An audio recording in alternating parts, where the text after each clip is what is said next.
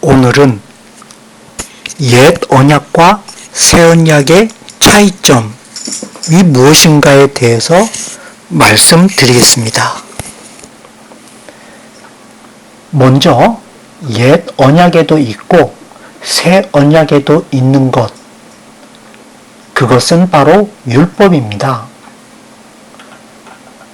다음으로 새 언약에만 있고 옛 언약에는 없는 것, 그것은 믿음을 따라 구원받는 새 은혜, 즉 십자가로 세운 새 언약 보증입니다.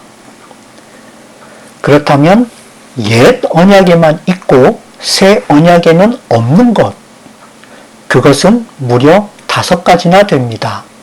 하나씩 나열하면, 먼저 하나님께서 모세를 통해 아브라함 자손 이스라엘 백성과 맺으신 옛 언약, 돌로 지은 예루살렘 성전, 그 성전에서 드리는 제사, 그 성전에서 섬기는 레위인 제사장, 및 그 성전에서 하나님께 드리는 희생물과 봉헌물, 이 5가지는 옛 언약에만 있고 새 언약에는 없어진 것들입니다. 그리고 유대교는 옛 언약을 따르고 기독교에는 새 언약을 따릅니다. 왜냐하면 이 5가지는 더 이상 우리에게 필요치 않게 됐기 때문입니다. 유대교는 핵심인 이 5가지를 법률로서 돌에 새겨 의무로 만들어 엄격히 지키도록 부과한 것이지만, 기독교에는 예수 그리스도께서 친히 이 5가지를 폐하시고 율법을 도덕으로 만들어 우리 마음에 새겨 자발적으로 지키도록 바꾸셨습니다. 이것이 바로 열방을 향해 우리를 부르시는 십자가의 구원의 새 은혜입니다. 그러므로 우리는 새 언약에 따른 자유인이 됐습니다. 즉, 믿음 안에서 성숙하여 새 언약을 따라 법적 책임이 있는 계약의 주체로서 자기 책임 아래 옛 언약을 따른 율법의 멍에로부터 자유로운 자유인이 됐습니다. 율법의 멍에에 매인 종은 도덕적 책임이 없는 어린아이와 같은 상태를 말합니다. 다만 행위의 결과, 잘잘못에 따라 심판을 내릴 뿐입니다. 심상필벌을 내릴 뿐입니다. 즉, 율법의 기준으로 재어 순종하면 축복, 어기면 저주가 따르는 심판뿐입니다. 종에겐 종의 법이 있습니다. 그것은 율법입니다. 율법은 하나님의 축복과 저주의 기준입니다. 즉, 신상필벌의 기준입니다. 그러나 자유인에겐 자유의 법이 있습니다. 그것은 도덕입니다. 도덕의 기준은 마음의 동기를 중요하게 봅니다. 어쩌면 이것이 더 심한 구속, 질책이 될 수도 있을 것입니다. 예수 그리스도께서 가지셨던 믿음을 본받아 그분의 성품을 닮으려는 마음의 동기가 있었는지 여부가 심판의 기준입니다. 자유인은 행위의 결과를 따라 심판받지 않고 마음의 동기를 따라 심판받습니다. 즉, 그리스도 예수의 믿음을 본받아 따른 행위였는지 아닌지를 먼저 심리해 심판하실 것입니다. 그리고 우리는 예수 그리스도를 나의 구원의 주님으로 믿고 영접하는 순간 이미 종의 신분에서 아들로 입양됐습니다. 그러므로 우리 모두가 다 하나님의 성품을 닮아 성화되면 따로 율법 준수의 노력이 전혀 필요 없어지게 됩니다. 왜냐하면 우리 행위의 기준이 율법의 기준으로부터 그리스도의 법인 윤리의 기준으로 이미 바뀌었기 때문입니다. 이제 옛 언약을 주신 까닭을 살펴보겠습니다. 하나님께서 아브라함 자손 이스라엘 민족을 통해 인류를 구원하시려고 계획하신 뜻대로 먼저 이스라엘이 애굽의 노예 생활을 청산하고 가나안 땅으로 향하도록 인도하신 다음 가나안 땅으로 들어가기 직전 시내산 아래에서 이스라엘과 언약을 맺으실 필요가 있었습니다. 하나님께서는 하나님과 우리 사이에 관계가 좋을 때나 나쁠 때나 관계없이 공정하게 언약 맺기를 기뻐하십니다. 왜냐하면 비록 하나님께서는 분명 우리 아버지이시지만 연희 아버지들과는 조금 다르게 우리가 순종할 때마다 우리를 사랑하시고 복 주실 뿐만 아니라 우리가 불순종할 때마다 매를 들어 따끔하게 혼내시고 엄격하게 바로 잡으려 하시기 때문입니다. 이때 매를 들기 전 우리가 불순종에 매맞는 이유를 언약을 통해 깨닫게 하시고 이 언약을 바탕으로 혼내 주십니다. 만약 비록 우리가 불순종했음에도 불구하고 아직까지 징계받지 못했다면 길이 참으시며 우리에게 아직 회개할 기회를 주시는 것이거나 아예 은혜를 거두시고 버려진 것일 수도 있습니다. 누구 잘못입니까? 바로 내 잘못입니다. 이 언약의 핵심은 이제부터 하나님께서는 이스라엘의 하나님이 되실 것이고 이스라엘은 하나님의 이스라엘이 될 것이라는 선언입니다. 여기서 먼저 하나님의 이스라엘의 자격은 첫째, 하나님께서 계시는 것을 알게 하신 것. 둘째, 하나님을 찾는 자에게 자신을 나타내 보이시고 하나님께 나아오고 의지하는 자에게 복 주시는 분이심을 알게 하신 것. 셋째, 옛 언약을 따라 만약 율법들을 준수하면 하나님께서 이스라엘과 영원히 함께 계실 약속과 아버지로서 또 남편으로서 함께 계실 약속을 하신 것. 다윗 왕과 솔로몬 왕은 이를 실물로 보이기 위해 하나님께서 계시는 곳, 즉 하나님의 성전을 세웠고 하나님의 영광이 그 성전 위에 머물러 있었습니다. 넷째, 하나님께서 직접 우리 삶의 기준이 되는 율법을 주신 것. 그리고 이 옛 언약을 따라 만약 이 조건들을 준수하면 축복, 어기면 저주받는 공정한 약속을 맺으신 것.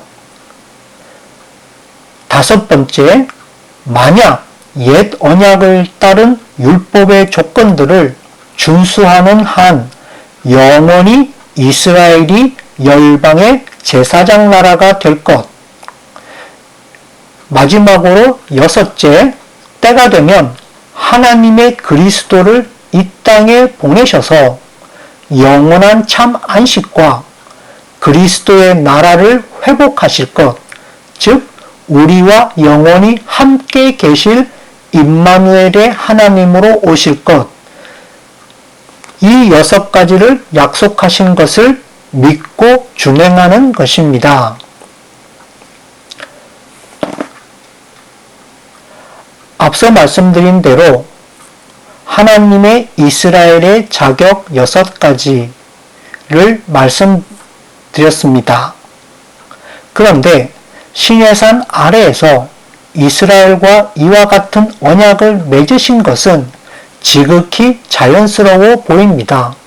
왜냐하면 이왕이면 하나님의 벗, 하나님의 친구라고 불리운 하나님께서 기뻐하시는 순종의 사람, 믿음의 조상 아브라함의 후손들에게 그들을 통해 인류 구원 계획을 세우신 것은 어쩌면 당연하고 모든 일들을 시작하기 직전에 계약을 맺는 것도 자연스럽고 이후 조건들의 이행 여부에 따라 잘잘못에 대한 심판과 신상필벌을 내리실 때 이에 따른 불만이 없도록 계약 주체 양쪽이 공정하게 맺은 문서화된 언약을 미리 마련하신 것도 우리에게 대단히 고마운 일입니다. 만약 그렇지 않고 구두로만, 말로만 계약했다면 약속 이행을 체근할 증거가 남지 않아 나중에 힘센 쪽인 갑이 제멋대로 일처리하거나 자주 계약 내용을 변경해 을을 못살게 굴 수도 있기 때문에 을 쪽에서는 계약대로 믿고 진행할 엄두가 나지 않을 것이므로 이런 변덕스런 갑의 전횡 까닭에 을이 대단히 불리해질 수도 있어 결과적으로 불공정한 언약을 맺을 수도 있었을 것입니다. 그렇기 때문에 포도원 주인이 처음에 온 품꾼들과 정식으로 품삯 계약을 맺으신 까닭입니다. 그러나 비록 겉보기엔 공정하게 맺은 언약임에도 불구하고 여전히 우리 쪽에서는 지혜와 의지 및 능력의 한계 때문에 불리하므로 비록 우리가 언약의 조건들을 어겼을지라도 언약을 파기하지 않고 이 문제를 해결하기 위해 만약 우리가 은혜를 바라고 하나님께 나아오면 지난 과오들을 청산하고 또 앞으로의 해결 방법도 주시는 구제 및 구원법을 제시하시고 궁극적으로 우리의 변호사이시며 중보자이신 그리스도께서 이 땅에 오셔서 우리에게 삶의 모본을 보이시고 또 그리스도와 늘 함께 계시며 친히 우리를 바른 길로 인도하시는 성령을 이 땅에 보내실 것을 약속하셨기 때문에 이 언약은 매우 합리적이고 공정하게 맺은 언약이라고 하겠습니다. 물론 그 자체로 완벽한 언약은 아닙니다. 왜냐하면 완벽해 영원한 언약은 법령으로서가 아니라 우리 마음에 깊이 새긴 도덕, 윤리, 깨달음이어야 할 것이기 때문입니다. 법은 비록 준수하면 복받지만 어기면 벌받음으로 하나라도 어길까봐 늘 노심초사하게 만드는 기본적으로 우리 모두를 죄 아래 가둬놓은 것이나 마찬가지이므로 이제 처벌의 두려움 없이 자유로운 마음으로 온전히 자발적으로 준수할 수 있도록 먼저 우리 신분이 자유인으로 바뀌지 않으면 안 되겠기 때문입니다. 그래서 새 언약의 보증은 우리를 더 이상 종의 신분이 아닌 하나님의 자녀로서 자유로운 존재로 미리 만드셔서 온전히 마음으로부터 자발적으로 선택해 법을 준수할 수 있도록, 아니 법이 더 이상 법이 아니라 구속이 아니라 그것을 윤리, 도덕 및 깨달음으로 만들어 적극적으로 지키도록 하신 것입니다. 그런데 이때 만약 우리가 지난 죄들로 인해 필요 이상으로 죄책감에 사로잡혀 아무 일도 하지 못하는 상황에 이르지 않도록 우리 지난 죄들을 말끔히 씻어 용서해 주셨고 의인으로 간주하신 것은 우리가 하나님의 자녀로서 이제 희망의 새 출발을 할 수 있도록 하나님께서 먼저 우리를 믿어주시고 다시 한번 우리에게 기회를 주시기 위해 이신칭의를 구원의 새 언약 보증으로 덤으로 더해 주신 것입니다. 그러나 새 언약 보증의 핵심은 우리가 믿고 순종해 생명길을 잘 달리면 천국문에 이르는 구원입니다. 그러므로 이신칭의는 구원의 전제 조건일 뿐 그 자체가 구원의 완성은 아닙니다. 그러므로 만약 누가 이 점을 악용해 자유로운 신분이 된 후 다시 불순종해 의도적으로 율법을 위반하게 되면 반드시 범법의 배임 행위까지 더해져 더 크게 처벌받게 될 것입니다. 그러므로 성령을 회방한 죄는 다시 용서받지 못하는 까닭입니다. 반드시 그에 상응하는 대가를 치르게 될 것입니다. 최종적으로 구원을 잃어버릴 수도 있습니다. 뿐만 아니라 만약 누가 믿고 순종치 않아 생명길을 몸소 걸어가지 않으면 천국문에 이르지 못할 것입니다. 왜냐하면 비록 험난한 고난의 길이 될지라도 천국문은 이 생명길의 다른 쪽 끝에만 있기 때문입니다. 물론 이 생명길의 한쪽 끝은 좁은 문입니다. 즉 오직 믿음으로 그리스도 예수님의 좁은 문을 지나 생명길을 순종해 몸서 걸어가면 마침내 천국문에 이르게 될 것입니다. 그렇다면 왜 하나님께서는 처음부터 이스라엘 백성들과 새 언약을 맺지 않으시고 옛 언약을 따라 법 아래 묶어 두셨을까요?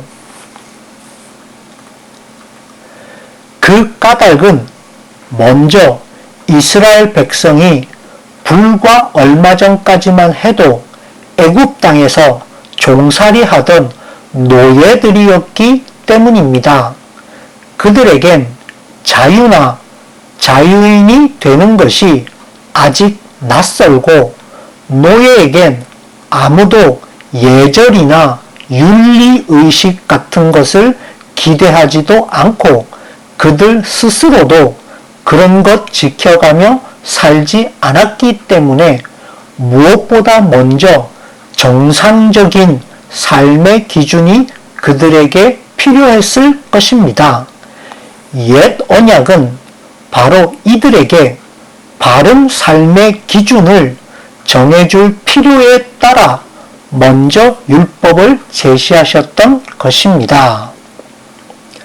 다음으로 이제부터 이스라엘 백성들이 하나님을 사랑해야 하며 사랑하기 위해선 반드시 믿고 순종해야 할 것이므로 적극적으로 하나님께 나아와 말씀을 경청하는지 또 즉시로 실천해 순종하는지 하나님께서 유예 기간을 두고 지켜볼 기회가 있어야 했기 때문일 것입니다. 그러기 위해선 먼저 율법을 통해 하나님께서 누구신지를 알리실 필요가 있었을 것입니다. 다시 말해 율법은 하나님께서 이스라엘 백성들에게 하나님의 성품, 즉 누구에게나 완전히 의로우시고 은혜를 구해 하나님 앞에 나아오는 누구에게나 한없는 사랑을 베푸시는 자애로우신 분이심을 영원히 알려 이제부터 이스라엘 백성들도 하나님의 자녀들로서 하나님의 성품을 닮아 살도록 삶의 목표를 정해주시기 위해 이 영원한 기준을 바탕으로 이스라엘 백성들과 언약을 맺을 필요가 있었기 때문일 것입니다. 그러므로 만약 그때 이스라엘 백성들이 옛 언약을 따라 순종에 실천하려 했다면 원래 계획하신 대로 즉시로 은혜로 약속하신 그리스도를 보내셔서 하나님의 소원대로 옛 언약이 새 언약을 완성했을 것입니다. 왜냐하면 영원한 새 언약은 오직 그리스도께서 오셔야만 우리와 맺을 수 있기 때문입니다. 다시 말해 새 언약으로 옛 언약을 그대로 완성하셨을 것입니다. 새 언약으로 옛 언약이 말한 예언들을 새 언약으로 대체하지 않고 옛 언약 그대로 완성하셨을 것입니다. 그런데 이스라엘 백성들은 제 힘만으로 옛 언약을 따라 율법을 지키려다 보니 제 지혜와 의지 및 능력의 한계 때문에 제 힘이 부치게 되고 삶 속에 실천 없이 글로만 배운 말씀인 까닭에 상상력의 한계에 부딪혀 문자 그대로만 믿다 보니 점점 더 율법을 제정하신 분의 원래 의도, 즉 하나님의 참뜻을 벗어나 다른 방식으로 믿고 준수해 결국 불순종의 길로까지 들어서게 됐던 것입니다. 간추리면 이스라엘 백성들은 제 힘만을 의지해 율법을 지키려고 했습니다. 이는 하나님의 원래 뜻이 아닙니다. 그리고 여기서 다른 방식이란 상대주의적인 의의를 드러낸 것을 말합니다.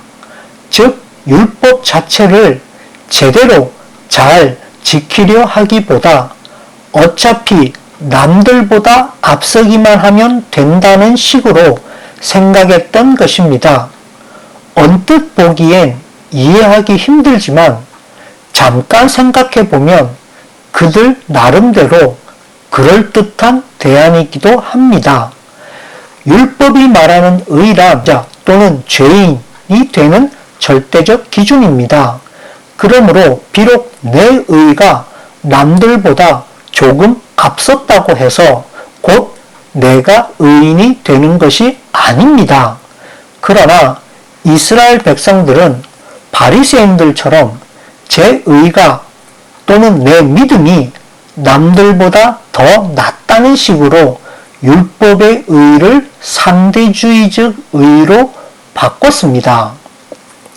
누가복음 18장에서 두 사람이 기도하러 성전에 올라갔는데 하나는 바리새인이요 다른 하나는 세리더라. 바리새인은 서서 자기 홀로 이렇게 기도하여 이르되 하나님이여 내가 다른 사람들 곧 착취하는 자들과 불의한 자들과 간음하는 자들과 같지 아니하고 더욱이 이 세리와도 갖지 아니함을 감사하나이다. 나는 일주일에 2번 금식하고 내 모든 소유의 11조를 드리나이다 하고 자랑스럽게 기도했습니다. 반면 세리는 멀리 서서 감히 눈을 들어 하늘을 우러러 보지도 못하고 다만 가슴을 치며 이르되 하나님이여 죄인인 내게 긍휼을 베푸소서 하니라. 내가 너희에게 이르노니 저 사람이 아니라 오히려 이 사람이 의롭게 되어 자기 집으로 내려갔느니라. 자기를 높이는 자는 다 낮아지고 자기를 낮추는 자는 높아지리라 하시니라. 이 말씀에서 보듯 하나님 앞에서의 의는 상대주의적인 의가 아닙니다. 오히려 하나님께서 기쁘게 받으시는 기도는 먼저 우리가 하나님 앞에 나아오는 것, 그리고 지난 죄들을 고백하는 것, 그리고 하나님의 긍휼을 바라는 것입니다. 시편 51편 9절, 10절, 그리고 17절 말씀에 주의 얼굴을 내 죄들에서 가리시고 내 모든 불법을 지워주소서. 오 하나님이여 내 안에 깨끗한 마음을 창조하시고 내 속에 올바른 영을 새롭게 하소서. 하나님께서 구하시는 희생물은 상한 영이라. 오 하나님이여 상하고 통회하는 마음을 주께서 멸시하지 아니하시리이다. 그럼에도 불구하고 이스라엘 백성들은 바리새인들에게서 보는 바와 같이 상대주의적 의를 따라 율법을 보다 더 잘 지키기 위함이라는 허울 아래 더 엄격하고 무겁게 만들어 율법에 덧붙인 장로들의 유전을 지켜 이를 바탕으로 옛 언약을 제정하신 분의 본래 뜻을 저버리고 제 맘대로 고쳐놓고서도 믿고 율법을 준수했노라고 의기양양했었던 것입니다. 율법은 거울과 같아 삶의 바른 기준으로 정해주신 것이므로 거울에 비친 제 모습을 반성하고 흠이 발견될 때마다 하나님께 나아와 은혜를 구하도록 만드신 것일 뿐인데 이스라엘 백성들은 율법을 주신 참뜻을 모른 채 마냥 율법 아래 매여 있어 율법을 주신 참뜻인 은혜 아래로 끝내 나오지 않았습니다. 언뜻 보면 이런 행태는 한국의 대학 입시 선발 방법과도 매우 비슷하다는 생각이 듭니다. 즉, 학생들의 대학 수학 능력에 대한 변별력을 높이기 위함이라는 허울 아래 모든 입시생들을 한 줄로 세우기에 한 줄로 세우는 이런 발상 자체가 대단히 미개합니다. 어떻게 그런 무지막지한 생각을 해낼 수 있었을까요? 모든 입시생들을 한 줄로 세우기 위해 반드시 알아야 할 기초 지식을 묻는 문제들이 아니라 오히려 필요 이상으로 어렵게 비틀어 꼬거나 정해놓은 짧은 시간 안에 무조건 문제를 많이 풀어야 좋은 점수를 받게끔 출제해 놓음으로써 마치 높은 점수를 받은 학생이 수학 능력도 우수한 학생인 걸로 잘못 그러나 실제로 높은 점수를 받은 많은 학생들이 비록 순발력이나 직관력은 있을지 모르나 한 문제를 깊이 성찰해보고 끈기 있게 논리적으로 추론해 나가는 능력은 많이 모자란다고 생각합니다.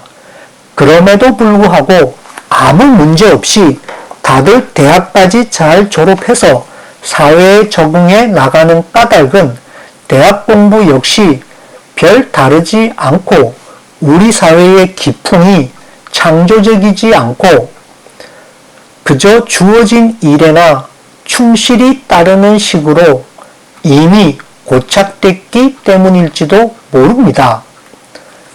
비록 지난 5천년 역사에 세계 제일가는 무수한 발명품들과 수준 높은 사상들을 뽑히온 우수한 문화민족의 후손들이지만 오늘날에는 그렇지 못해 매년 자부심 드높은 수많은 이른바 인류대학 졸업생들을 배출해 오지만 아직까지도 우리 시대에 아직 해결하지 못한 이름난 문제들에 대해 어떤 기발한 해답들을 내놓아 인류 발전에 공헌했다는 뜻으로 국제사회가 주는 이름 높은 상들을 잘 받지 못한 이유도 바로 여기에 있지나 않은지 의심해 봅니다.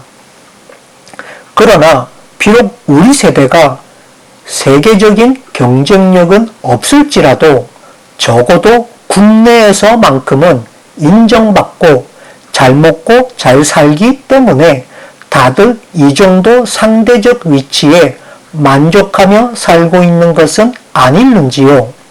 만약 국가 간 비교에서 노동자의 근면성과 기술적 숙련도 수준끼리 서로 비교하면 우리나라 노동자가 세계 제일 갈 것으로 생각합니다. 반면 지도자의 도덕성과 근면성 및 지적 우수성만을 서로 비교하면 우리나라 지도층이 꼴찌하지나 않을까요? 만약 이런 추론이 개연성이 있다고 생각되면 한국의 이른바 사회 지도층들은 스스로 부끄러워할 줄 알아야겠습니다. 누가 누굴 보고 게으르다고 삿대질을 한단 말입니까? 다시 말해 지금까지 우리나라와 민족의 발전을 저해하는 것은 다름 아닌 이른바 사회 지도층 또는 양반계층들이 아닐까요? 뿐만 아니라 그들의 행태는 어쩌면 그렇게도 예수님 당대의 바리새인들과 닮았을까요? 그들의 의는 숭고한 의를 추구하는 데 있는 것이 아니라 상대주의적인 의에 자위할 뿐이며 그들의 경쟁 상대도 바깥에 있는 것이 아니라 안에 있는 저보다 불우한 이웃들 뿐입니다. 어떻게 제 정신을 가지고서야 자기를 도덕적으로 완벽하다고 공공연히 자부할 수 있단 말입니까? 여기서 말한 완벽은 상대주의적 의의를 말한 것으로 추측합니다. 즉, 다른 못난이들보다 자기가 덜 못났다는 뜻으로 한 말이 아니었을까요? 이것이 과연 우연의 일치일까요? 아니면 말로만 믿고 실천하지 않는 불성실한 사람들이 필연적으로 걸을 수밖에 없는 길이 아닐까요? 앞선 내용을 간추리면 하나님께서 막 출애굽한 이스라엘 백성에게 옛 언약을 주신 까닭은 먼저 율법을 통해 하나님께서 누구신지를 알리실 필요가 있었기 때문이고 다음으로 그들이 오랜 노예 생활로부터 이제 막 벗어났으므로 정상적인 삶을 살기 위해 삶의 기준이 되는 율법이 필요했기 때문이고 다다음으로 율법의 거울에 자기 모습을 비춰 흠이 발견될 때마다 빨리 하나님께 나아와 죄의 용서와 마음을 새롭게 변화시키시는 은혜를 바라도록 하기 위해서입니다. 그러나 실제로 이스라엘 백성들은 노예 상태를 벗어나 정상인으로 살기는커녕 도로 율법 아래 매여 율법의 노예가 됐을 뿐만 아니라 하나님께 나아와 죄의 용서와 마음을 새롭게 변화시키시는 은혜를 바라지도 않았고 그 대신 잘 지키지도 못한 율법을 보다 더 잘 지키기 위함이라는 허울 아래 더 엄격하고 무겁게 만들어 율법에 덧붙인 장로들의 유전을 지켜 옛 언약을 제정하신 분의 본래 뜻을 저버렸습니다. 자신을 성찰해 보라고 주신 율법의 거울을 돌려 거머쥐고 남들을 비추는 도구로 사용했고 하나님의 은혜를 힘입어 율법을 성실히 지키려고 노력하는 대신 마치 아담과 하와가 선악과를 따먹고 나서 선악을 최종 판단하는 신들의 심판 자리에 자기가 앉았던 것처럼 원래 하나님의 자리인 율법을 판단하는 자리에 앉아 남들을 비판하고 정죄하는 대로 엇나갔던 것입니다. 구체적인 예를 하나 들면 어떤 모임의 논의 과정에서 제 스스로 좋은 제안들을 내놓긴 힘들지만 남들이 이미 내놓은 제안들을 반박하긴 상대적으로 쉽습니다. 따라서 제 스스로 좋은 제안들을 내놓지 못하면서 남들의 의견을 폄하하는 것이 문제가 될 수 있는 까닭은 모임의 구성원들이 내놓은 의견들에 대한 판단을 그에게 맡기지 않았는데도 스스로 그 역할을 자임하는 경우 모임의 분위기와 진행을 어렵게 만들 수 있기 때문입니다. 누구에게나 바로 판단자의 자리에 앉는 것은 분명 나쁜 경향입니다. 오늘은 여기까지 하겠습니다. 새 언약을 주신 까닭은 다음 시간에 이어서 말씀드리겠습니다. 감사합니다.